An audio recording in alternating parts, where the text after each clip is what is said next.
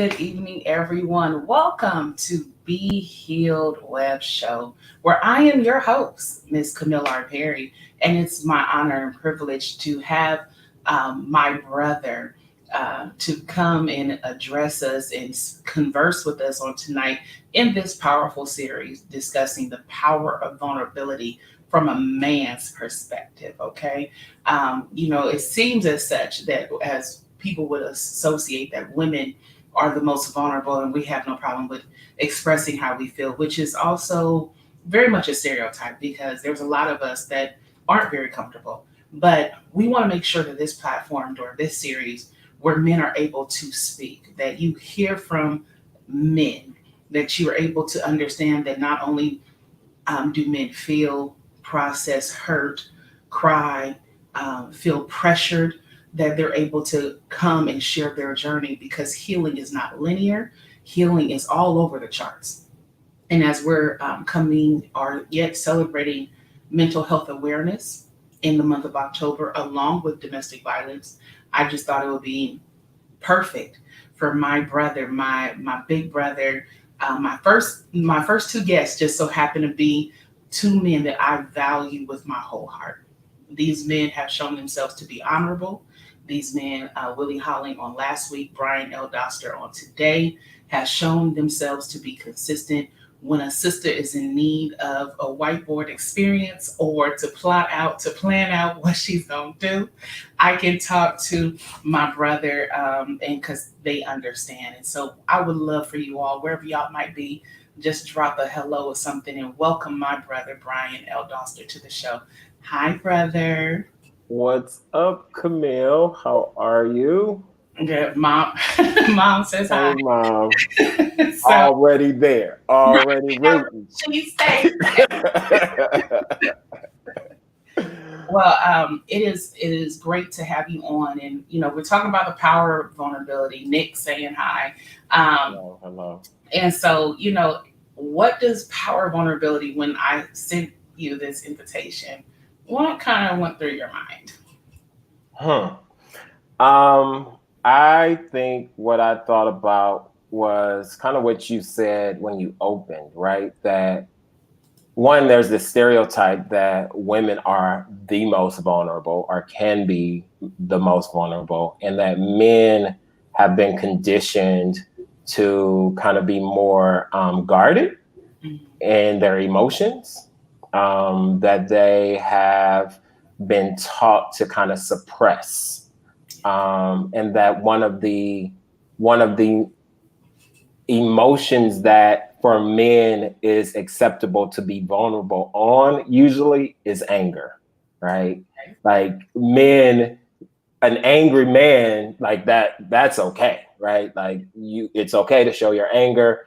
But if you start to move anywhere away from that, when you start to move towards identifying sadness or even talking about depression, we now get into language like, well, just man up, right? Sometimes that's language you hear, or even identifying or feeling weak at times because of that. So that's what came up for me when I thought about the power of vulnerability.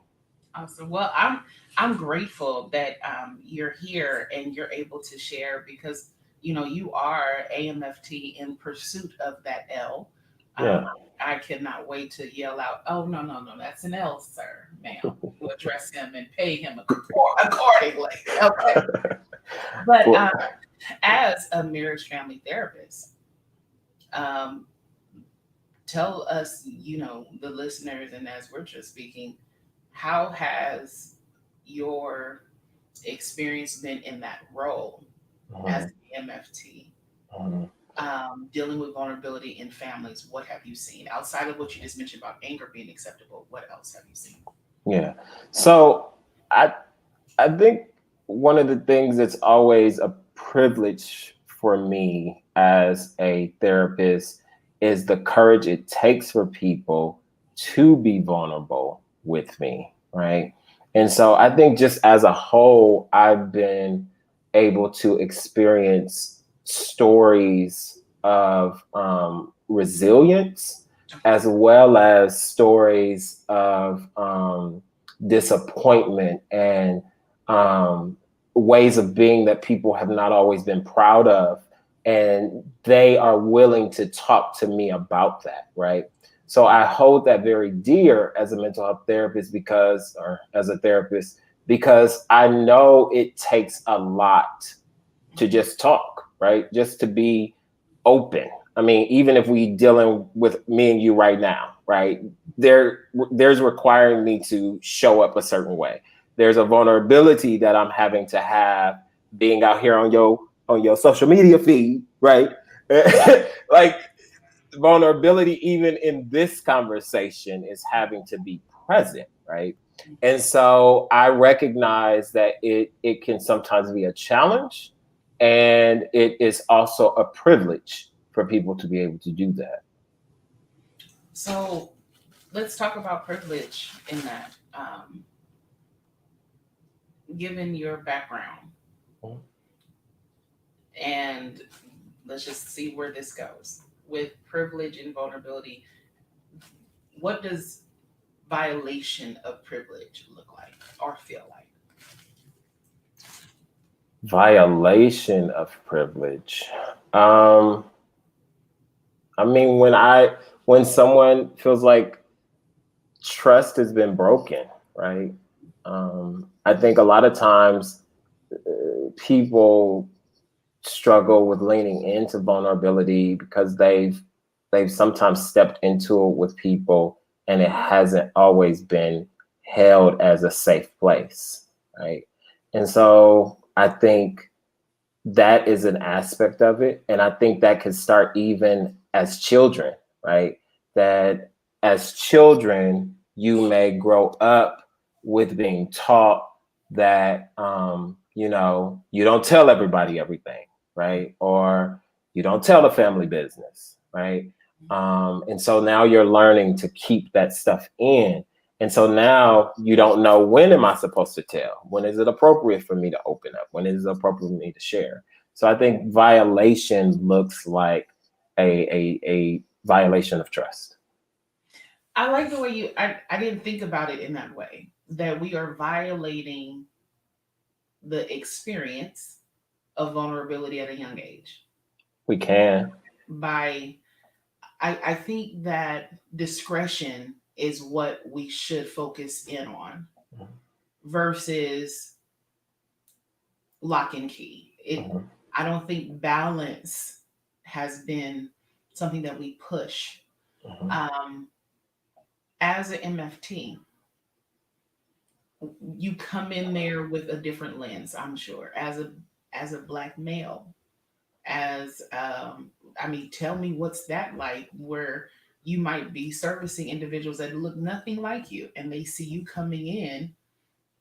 How do you show up even in that? How do you stay true to you even in helping others who might not want help from you? I went four different questions there, but I'm a Gemini. That's what I do. Because I was like, and another thing.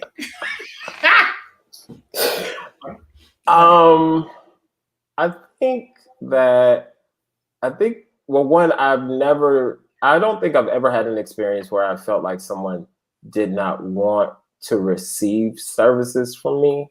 okay. I think the therapeutic relationship is one that is agreed upon, right?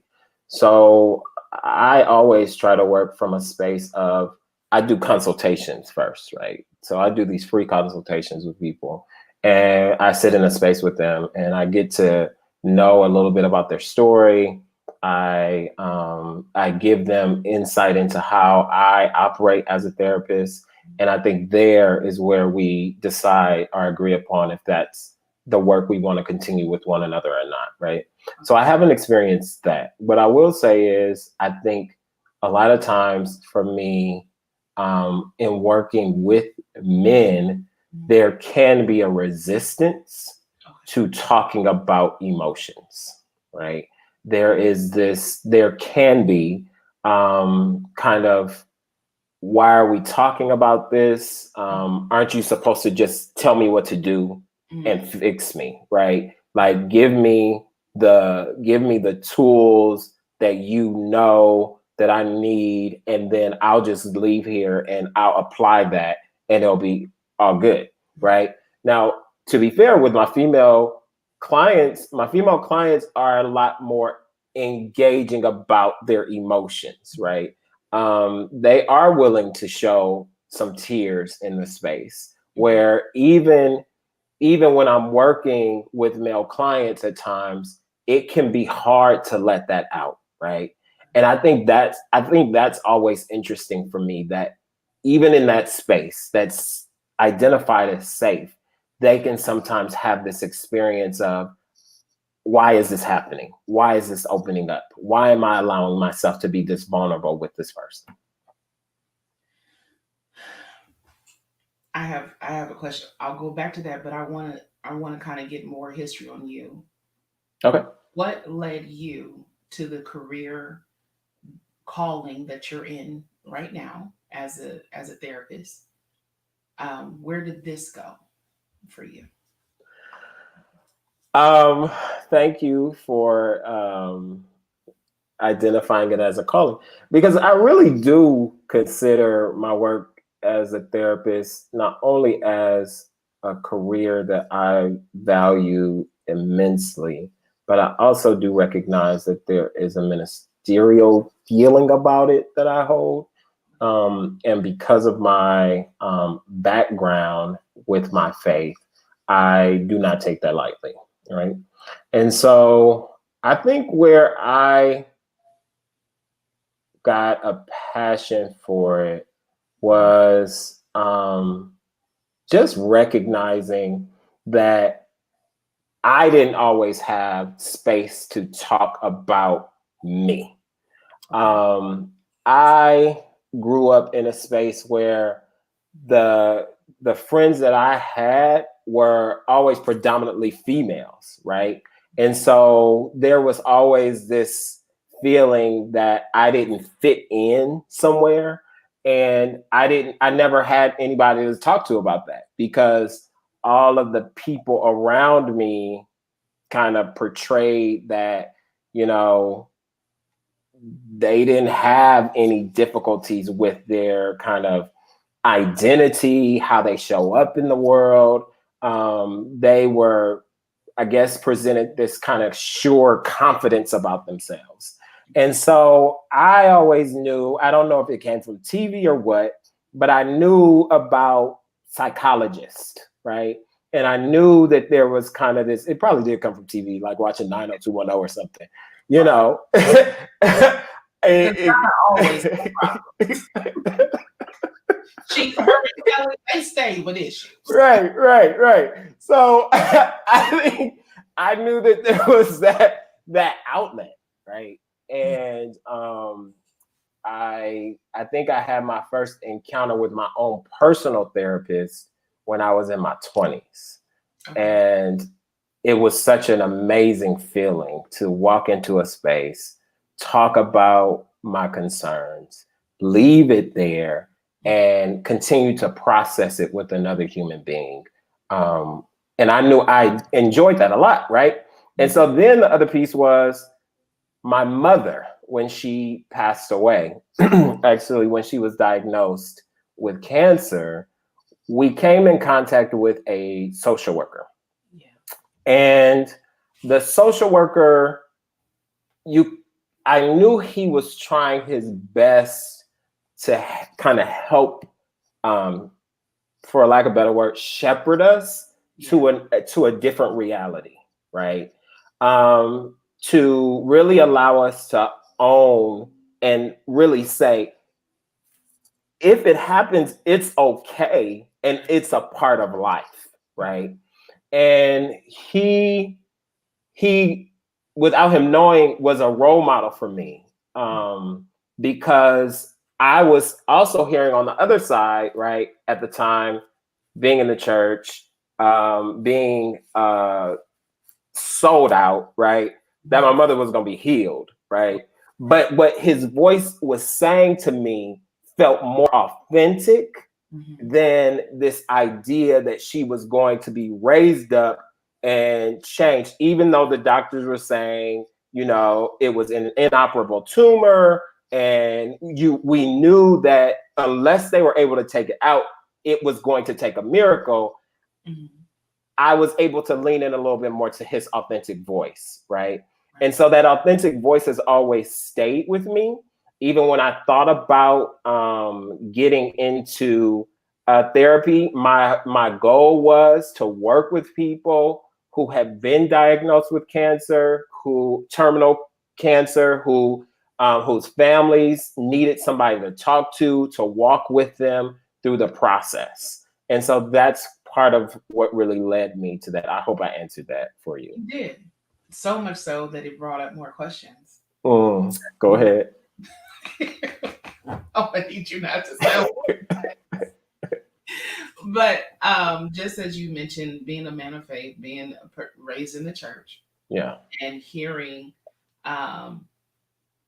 you made a statement, having the conversation, the authentic voice, and leaving it there, walking into this room, having a conversation and leaving it there. We used to sing the song, "Have a little talk with Jesus, tell him all about your troubles," right? And this is true. But talk about faith and therapy. Help those who might not see the correlation. If there is one, I believe so, but this is for you. Help someone see the benefit of the two. Yeah. I'm trying to see how I respond to that, Camille. Okay. Because for me, you don't have to lose your faith to go to therapy, right? And I think there has, for too long, kind of been this kind of faith or, right? Like, you got to pick one, right?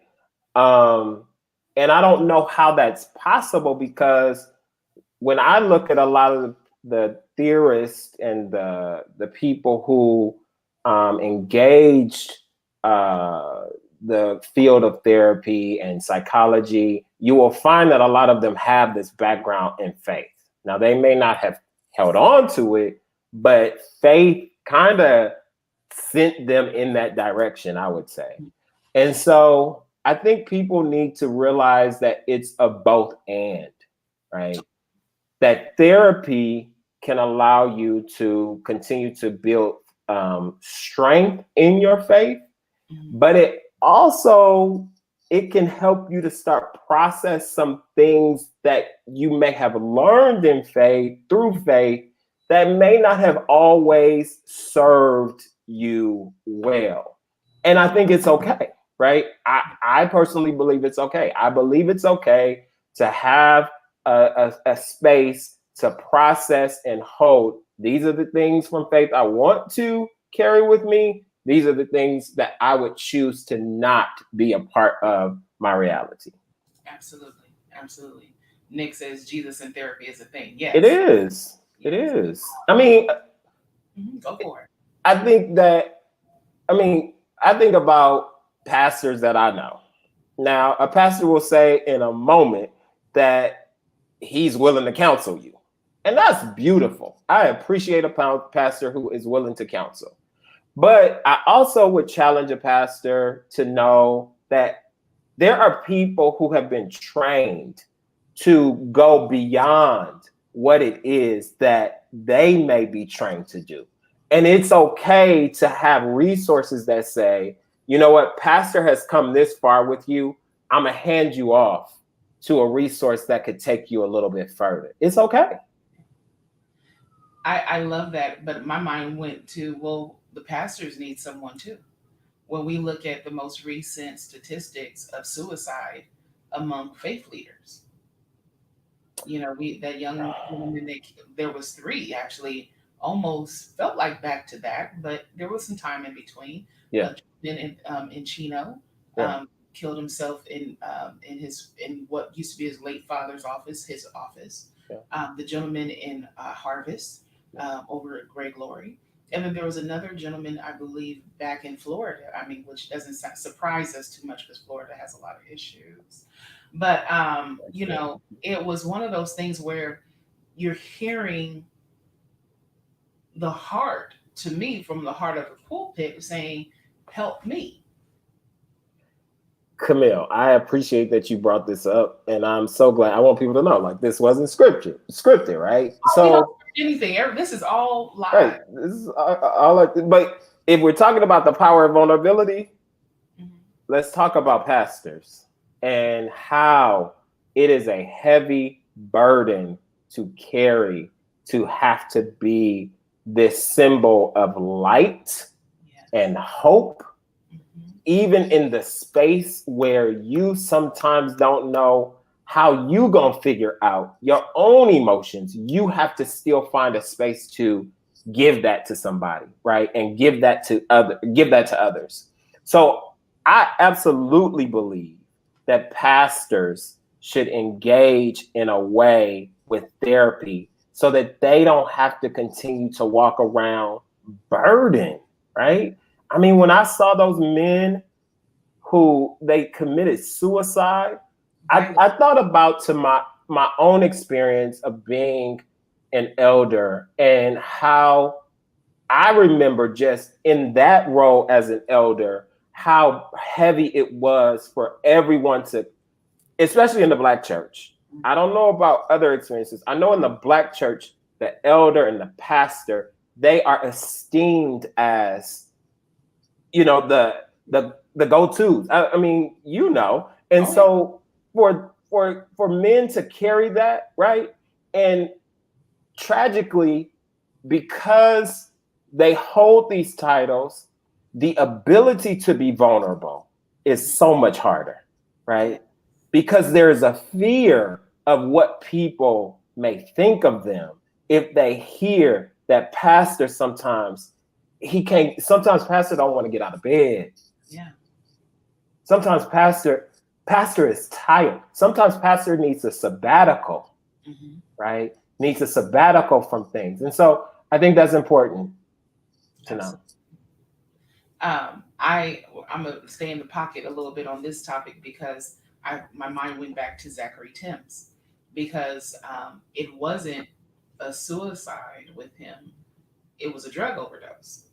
So it's not just suicide being, I mean, that's the very finite and final act of whatever it was, of torment. Yeah. But addictions, and it doesn't have to always be drugs and alcohol, it can be sex.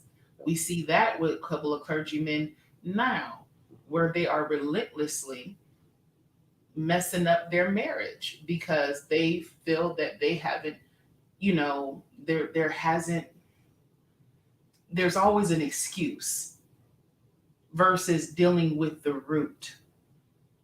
So let's talk about roots in vulnerability.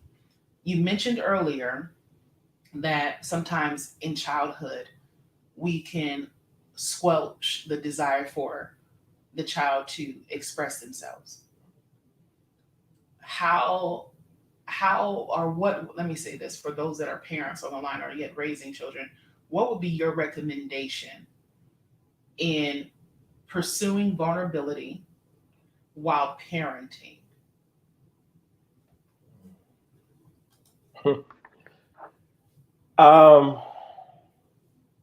Pursuing vulnerability while parenting. So are you asking how can parents help their children be vulnerable? Are you asking how can parents allow themselves to be vulnerable with their children? Very two-edged sword on that one. I want you to hit both. When I stated it like that, I felt that a parent first has to model.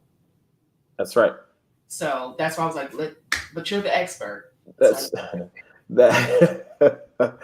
That's right. So I think more than anything, it is about the modeling, right? And not the do as I say and not as I do. It's something like that, right? Is right. Do as I say, right? But I'm not going to show you how to do this, right? And there's also this. I think parents need to tap into. Let me back up. I'm not a parent, right? I'm not. So I don't want anyone to think that I am trying to tell you how to parent in any way. What I do know, though, is that there are ways of showing up with children that could be useful in helping to shape behavior, right? And so when I think of like this unconditional kind of way of being present with your child in a way that when they have things that they want to talk to you about, that it's unconditionally received without any type of like, judgment. Yeah. Yeah. Without judgment. And children need to know that they can come to their parents and talk to them, and parents can walk them through kind of the mistake while still loving them. Right. And love to me, love to me is not like kind of corporal punishment. Like that's not love to me. Right.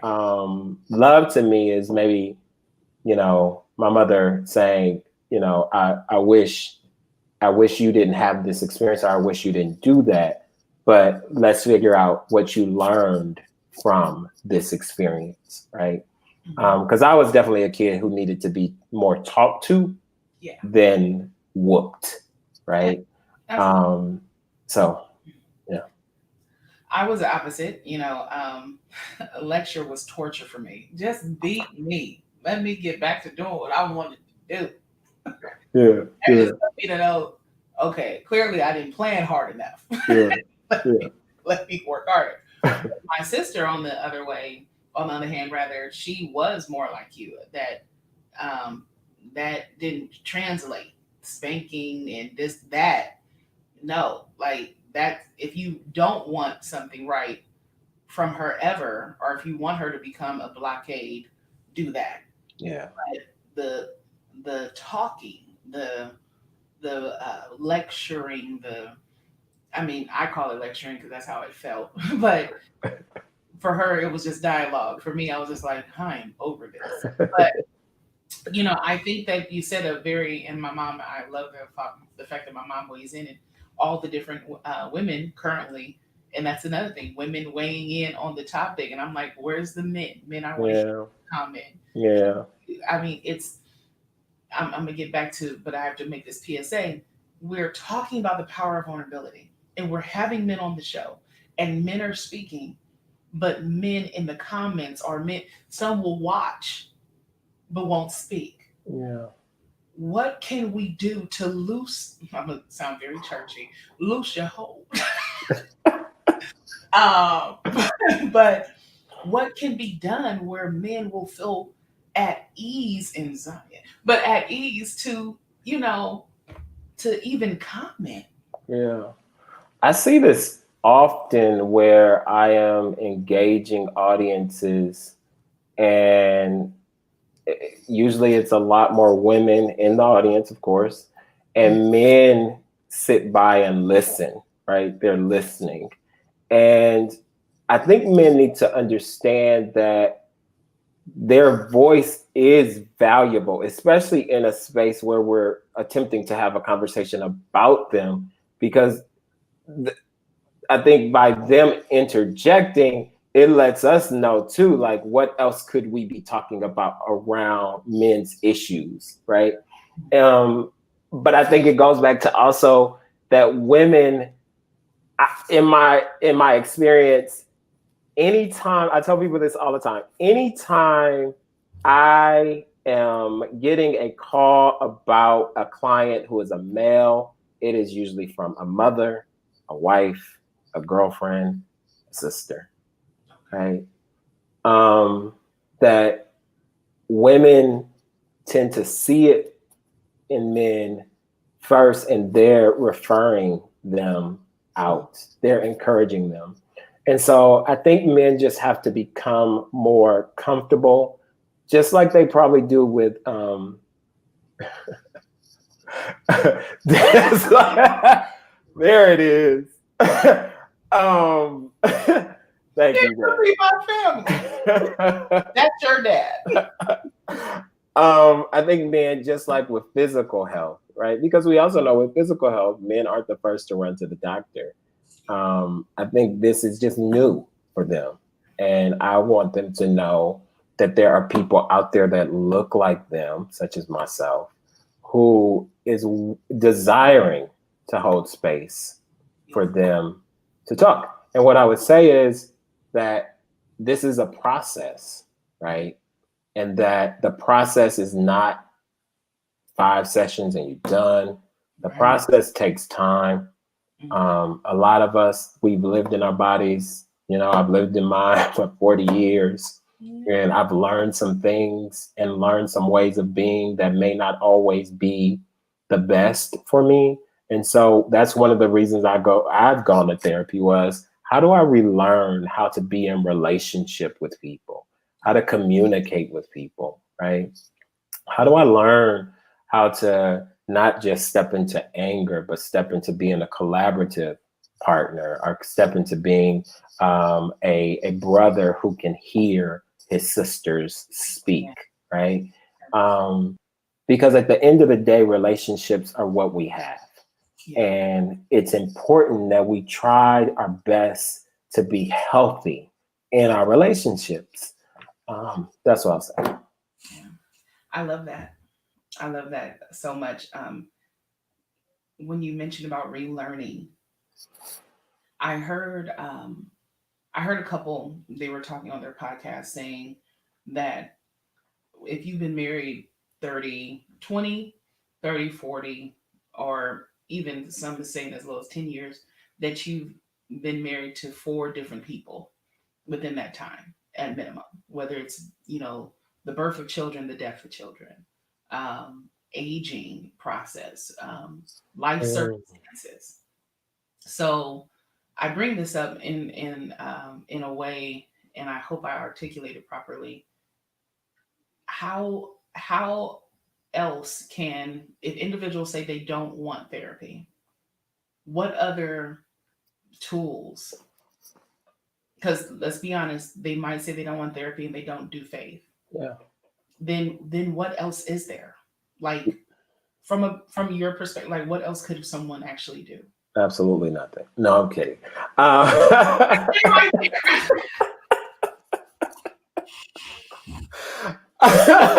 No. I would think what comes to mind for me is like journaling, right? Writing about it. I think taking art classes. So things that give you ability to self-express. And you can put meaning to that, whatever that may be, whatever form of self-expression may be. So some people like to write music or make music. I think that's important. I think that if you don't have anyone in your life, well, I can't say that. If you have someone close in your life that you want to start being a little bit more vulnerable, test that with them, name it. Maybe you don't name it vulnerability. Maybe you name it accountability, right?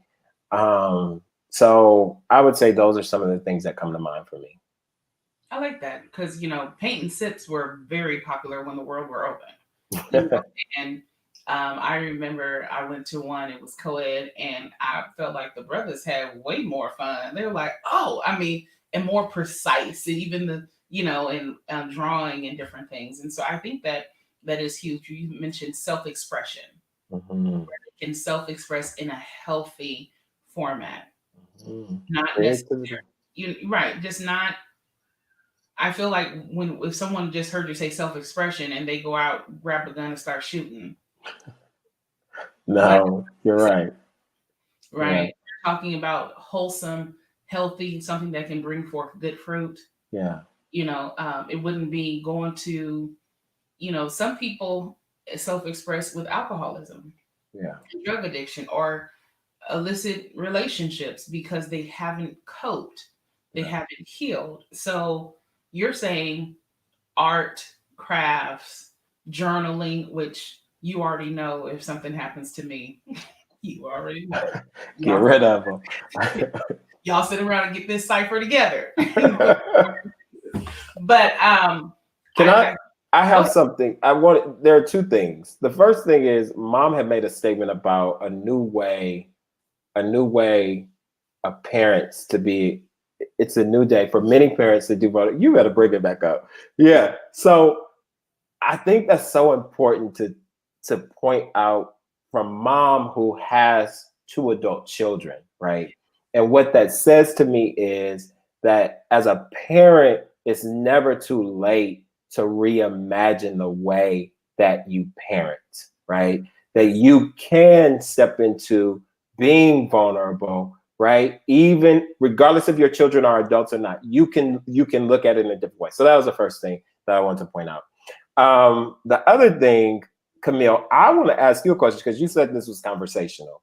I yeah. want to understand from you, why do you care about the power of vulnerability as it pertains to men?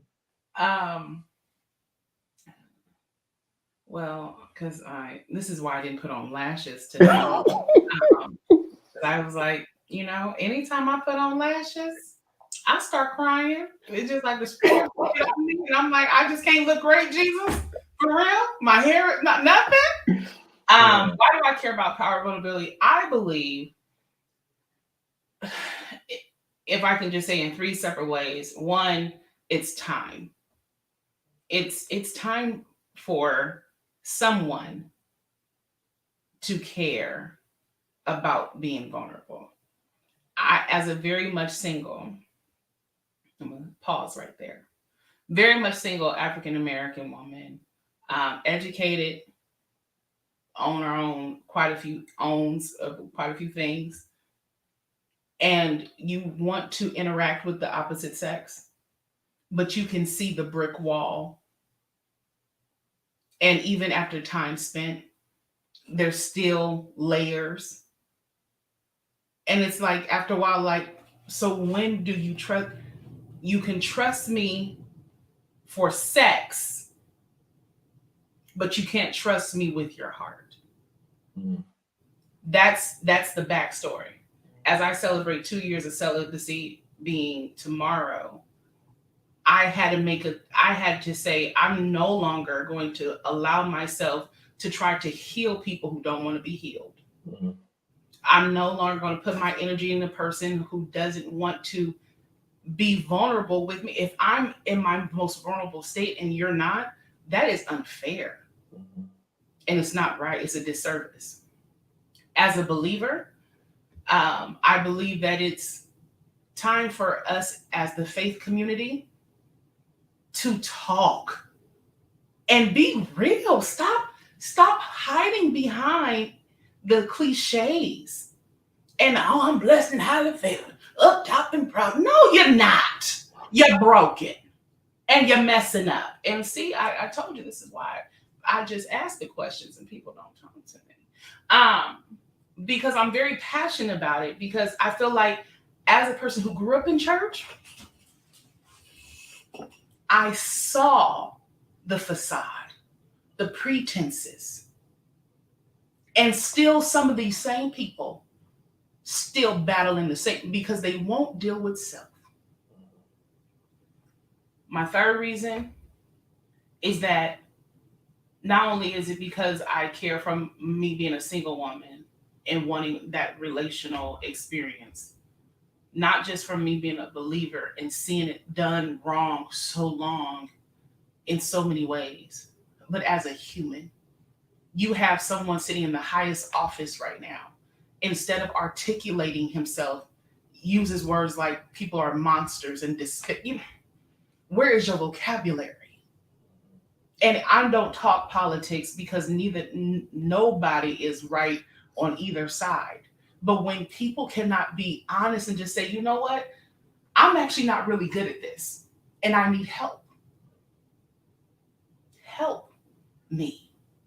We have to get to a place where pride and ego and all this stuff, we throw that to the wayside and we allow someone to see us for who we are. Because whether you believe in God or not, or whatever deity folks want to believe in, I believe Jesus Christ all in all. And he sees me for just who I am, filthy and raggedy and all, and still says, but you know what? I love you. So how can I not extend that to someone else? Hope I answered that. You did. And I appreciate you showing this ever flowing kind of love towards the mental wellness of men, right? That it's important, that you are giving a platform to say to men, it's okay. Because it's time. Like that's all. And the Lord laid this on my heart because, and I will tell you where it rooted from, because everything has a root. Outside of my own things that I've experienced, but never knew how to have a conversation. I would talk to my dad as he leads the men at the church. I'm like, okay, y'all need to talk about this. Oh, by the way, they suck at this. Okay, ask them why they did, or I'm helping write curriculum for the marriage encounter. I'm trying to help counsel folks. Now, mind you, never been married, but have a passion for something that I haven't experienced. So I would always try to do things and reading books and Tony Evans and all these different things. And then it came, the Lord brought this to me. Okay, so didn't even know why I'm doing it. Did be healed. And a gentleman, a friend on Facebook, he pinged me and he was like, oh hey, how you doing? And I was like, hey, did you catch I saw you catch the show. What did you think about it? His response was, I like it. It was very, it just seemed like it's for women. Oh no, no, no, no. Be healed is not just, how many times Jesus healed men in the Bible? He wasn't like, no, no, no. I only want the ladies. No, no, quite contrary, my friend. So be healed cannot just be something for the ladies. I have a division of it with the women's conference. Yeah. But even during COVID, we put it on Facebook Live for everyone to see. Why? Because everybody needs to be healed. The word is applicable for everyone. Okay. So then I was just like, no, I would love to have you on your show. Come on. And I would reach out to him. Hey, whenever you're ready, I want to have you on the show. And I can tell the tension that people, when I would ask men to be on, I don't know, I don't do all that. Why? Why not? If I was to meet someone now and they were trying to court me, where do you rank yourself on the vulnerability meter? Because if it's going to take me 50 years to learn who you are, come on, bruh. The way this world is going, we don't have time for that. We don't. So, and it just, I wanted this in November. I was like, let's do it in November. It's Prostate Awareness Month in November. Let's recognize the men in there, And next thing I know, you, Brother Chucky, I'm talking with a gentleman on next week. And one of my new casting directors, she sent out the clarion call and got some folks. So people and I would love to do the show. I'm like, so there are men who want to speak, that aren't of over a certain age, that aren't, you know, ending their journey. They're saying, I've only just begun because I can now use my voice. Mhm.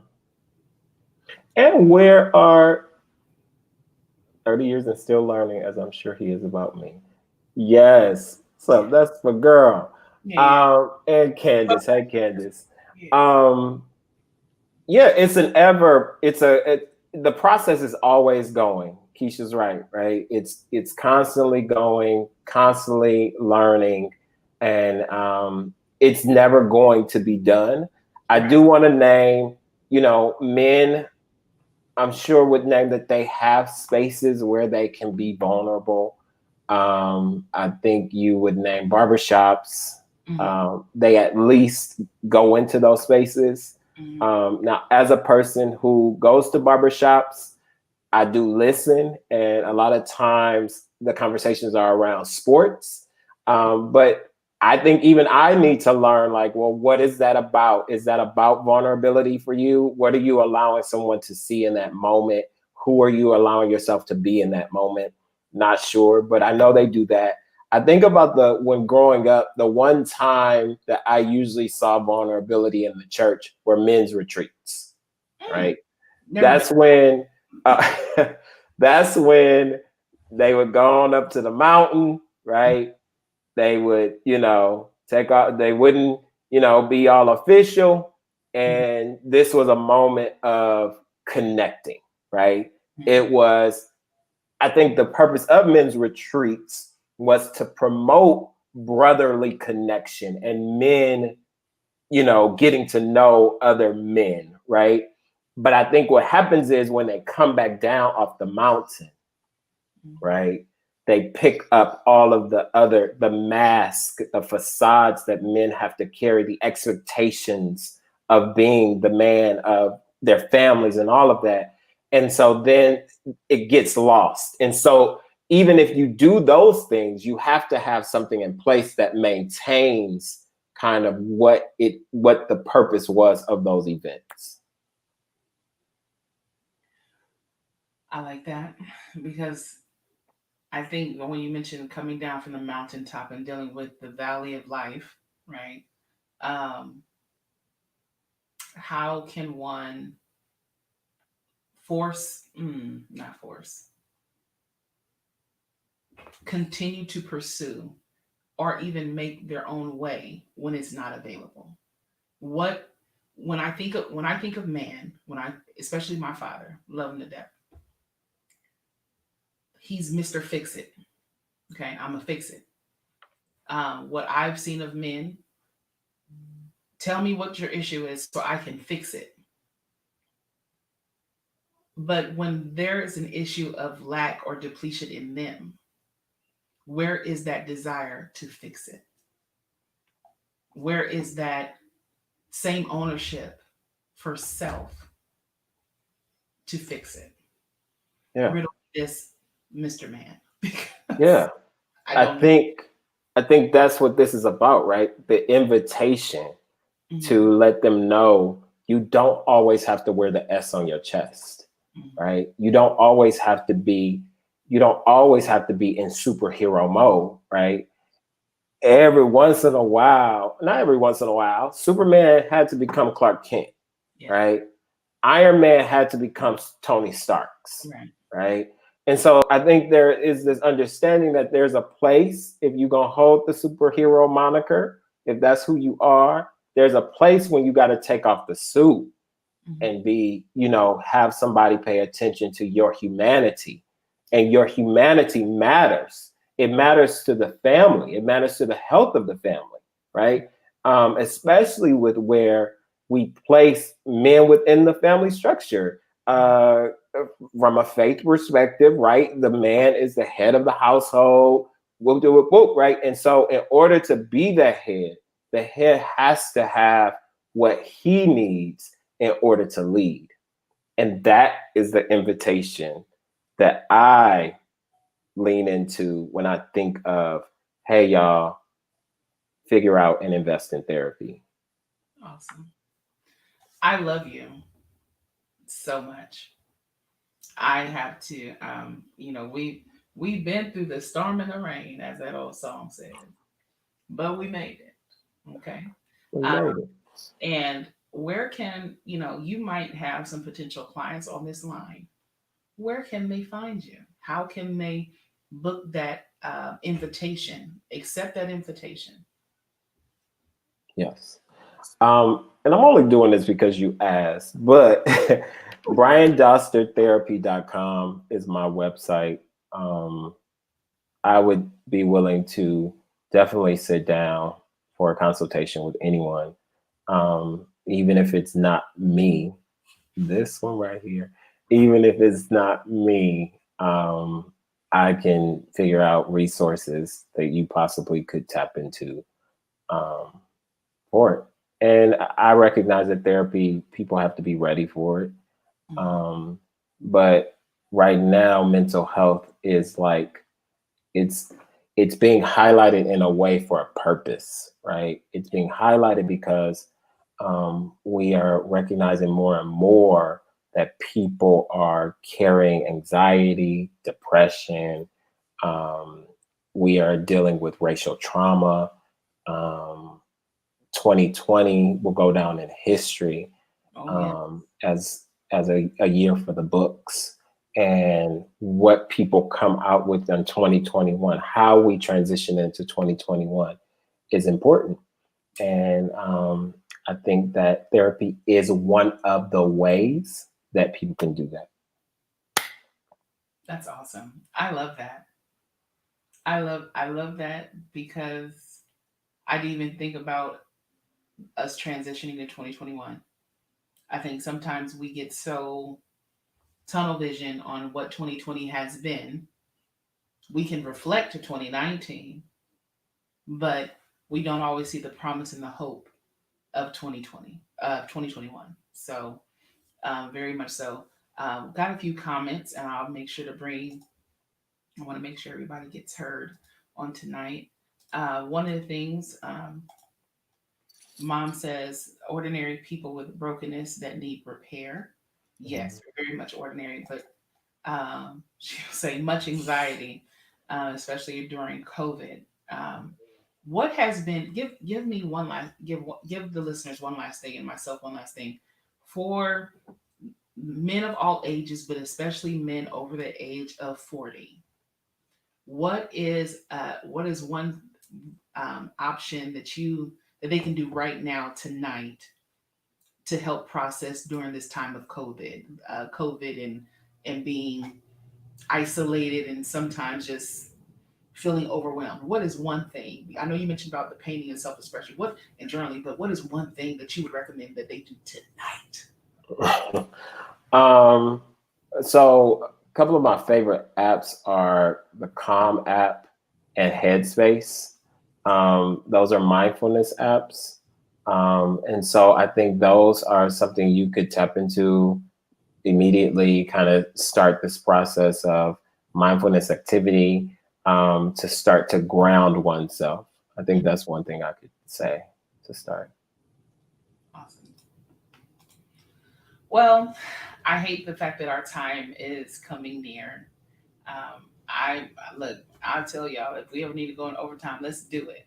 But if anyone that is listening on tonight or whenever they might find this broadcast, please reach out and communicate with someone.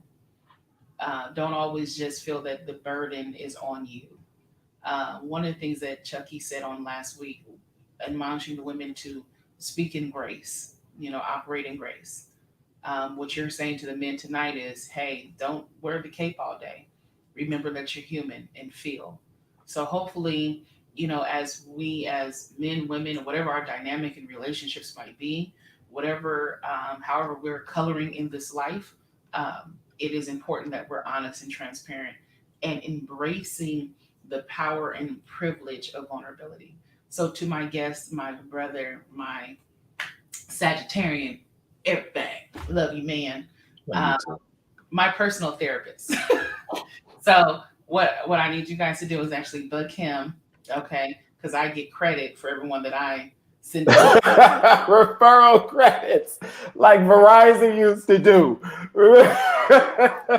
Thanks, Keish. I just need 10 more and I'm gonna get a free day. Just, but just to see your growth and to see how you never stop helping others. You just change from pulpit to couch, and your impact is going even further than before. And I appreciate you. So, thank you for tuning in. All that tuned in, check out Brian I don't Doster. get to say thank you. Thank you, Oh, Camille. Oh, oh, yeah. Thank you. Thank you for sharing your platform on tonight. I appreciate your consistency in getting your message out. Um, I hope that and I pray that it continues to grow and that people recognize, as you said, be healed is a phrase that touches all lives and it's not just women centric. So thank you. absolutely. Oh, thank you, rather. Love you. To everyone that joined in, we appreciate you. God bless you. May God keep you. We will see you next week for our third installment in the month of October as we're dealing with the series, The Power of Vulnerability. If you have any questions, comments, concerns, or if you want to even one day share your story here on Be Healed, you have that opportunity. So you can email me directly at CamilleRPerry.com, CamilleRPerry.com as my website, or you can go to CamilleRPerry@gmail.com to email me and connect. So, with that being said, we're out. We will see you next week. Bye bye.